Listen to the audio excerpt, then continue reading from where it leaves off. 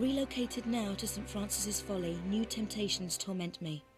Rumour amongst My fellow brothers is that entombed beneath our monastery is the body of Teoken, one of the 3 legendary rulers of the lost continent Atlantis, and that with him lies his piece of the Atlantean Scion, a pendant divided and shared between the 3 rulers, which curbs tremendous powers.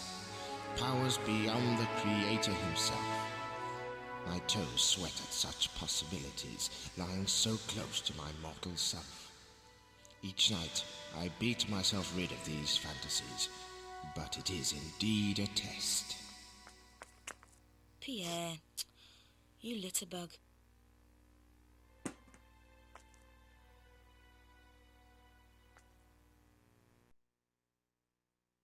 New loading screen means we get something new for the video and screen. Oh yeah.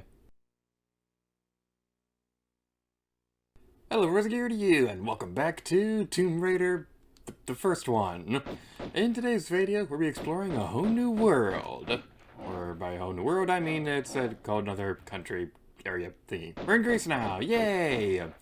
Alrighty then, so we got some lions. Oh no, what are we gonna do? I am so scared. So, yeah, that's a cool thing about this game is that when you get into an area, we're gonna be facing some new bad guys and stuff. So, that's pretty neat. So, yeah. Greece is kind of a place that I have a somewhat interesting opinion on in this game. We'll be getting into that a little bit more in the video, but there are some really cool things in this area. This first level is definitely like a standout moment in the Tomb Raider series, so that's pretty neat. What is not neat, though, is the stupid block-pushing puzzle things. Stupid blocks in Tomb Raider, my mortal messes. So we move it across to both of these things. I believe the first one, you'll need to do that to eventually get the door open later, when we pull the lever. And then we go over this way and do some more stuff. Power the lever, Crunk. Run, lever! Right, do we even have that lever? Oh no, it's a monkey! Oh no, it's the Planet of the Apes all over again! And now the Planet of the Apes is over. There's another one! How dare you make a sequel! I never liked Beneath the Planet of the Apes, honestly. Like, I always thought it was, like, super boring and stuff. Is that an unpopular opinion? Because I remember the original ones, the only one I really cared that much for was, like, 1 and, I think, 5. I think the other ones were kind of boring. I know that's a bad opinion or anything like that, but it is my professional movie opinion. The new ones are pretty great, though. I really like the first one. So we got another monkey over there, so let's destroy you. Yeah. No more monkey business. And now we're going over this way, and we're going to be seeing something that's kind of a recurring trend in this part of the game. Pierre, he's another Tomb Raider jerk butt face. So, yeah, he's going to be popping up in the middle of nowhere every now and then. He's going to be doing some evil, mean stuff. Like, how dare you hurt the waifu? That's not socially acceptable. Is there any game out there where it is socially acceptable? Well, I guess Dead or Alive is kind of a thing, but even then, like, that's still kind of sketchy. But anyway, yeah, when you fight Pierre and stuff like that, you can't actually destroy him or anything. So when you fight him, you're going to attack him, and then he'll eventually disappear when you go around the corner. Yeah, that's something that's going to be happening every now and then. It always kind of freaks me out whenever he does appear. So that's going to lead to some fun moments for commentary and stuff. Alright. Okay, I always wanted to see if it's possible to get on top of that platform when this one is still kind of in the corner. But I have to go around. This area annoys me. I'm sorry. This area kind of annoys me. The rest of the level is pretty cool. The opening, though, I gotta say, it kind of starts off on a bit of a weird note. Because you got the block pushing thingy, and then you got to move it around to get on top of this thing. Not a fan of that. But yeah, the guy we're facing right there, Pierre, he has some pretty interesting history with the Tomb Raider series. So, there's a future game, Tomb Raider Chronicles, that it kind of like tells like a bunch of different stories of the Tomb Raider series, one of which features both Larson and Pierre working together. We'll do that in a moment. But first, something very important is coming up real quick. So go over this way, and whee! This is one of my favorite things in this game. It's so stupid, but I love it so much. I just love having Laura bounce off the wall right here, because I don't know what it is. It seems like she goes faster every time. I don't think that's the case though. I think it's just my mind playing tricks on me. But I just love this. You hold the button and you do that. It's just so funny. I remember one time when I was a kid, like I did that while I was making macaroni.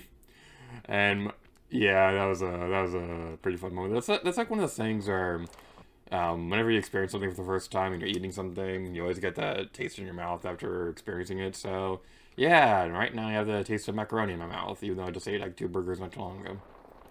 And they're some pretty good burgers. I was happy with them. One had peanut butter, one had cheese, the usual stuff. And now we have our first secret. We got a large lunchbox right there. That's pretty fun because it's making me think of Woody's lunchbox. This is a pretty fun place to work at, Toy Story Land.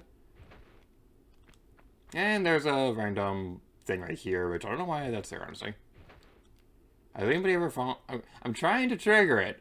I'm trying to trigger it to demonstrate that it's pointless. Has anybody ever fallen for that ever? I mean, I guess I could see somebody falling for it if their screen is super dark and things like that.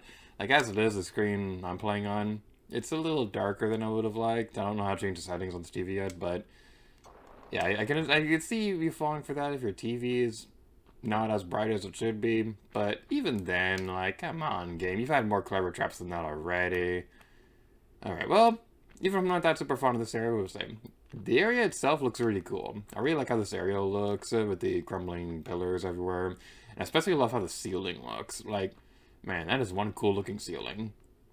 Because, like, keep in mind, this is early PlayStation graphics, so it's amazing that they could get anything to look curvy at all. Now we're heading over in this direction. But yeah, going back to Tomb Raider Chronicles, the interesting thing about that is that they had Larson and Pierre kind of working together.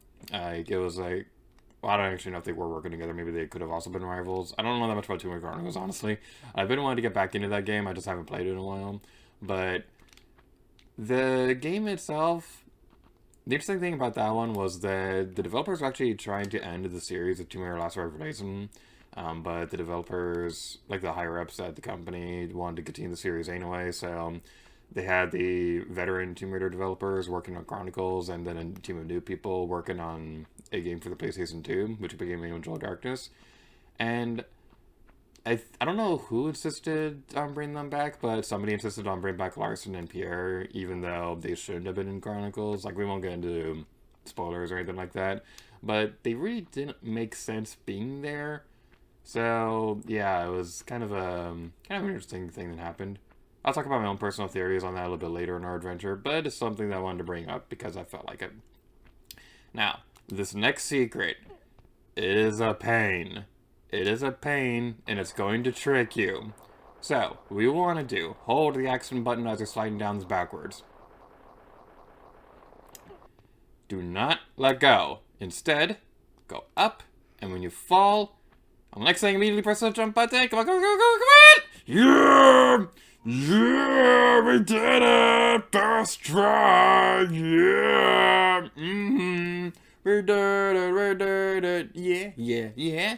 Yeah, yeah, yeah, yeah! It would be great if I was actually close enough to press the button. I was looking over my notes, and I was holding the button, assuming the lower would pick it up, and I was looking away from it. But no, I had to do everything myself.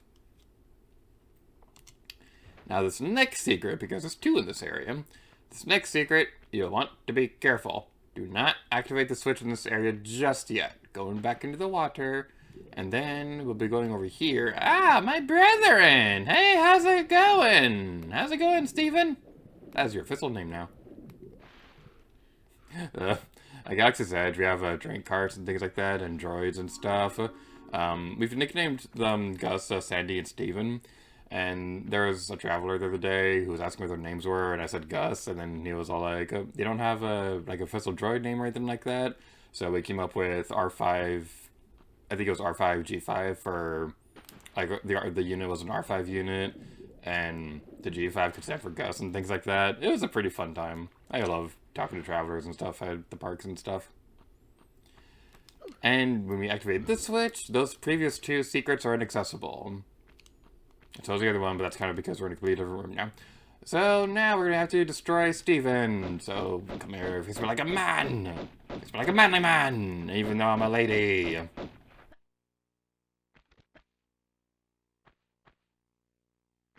And now we're going over towards this direction. Going up the stairs of our destiny. And seeing something truly epic and awesome.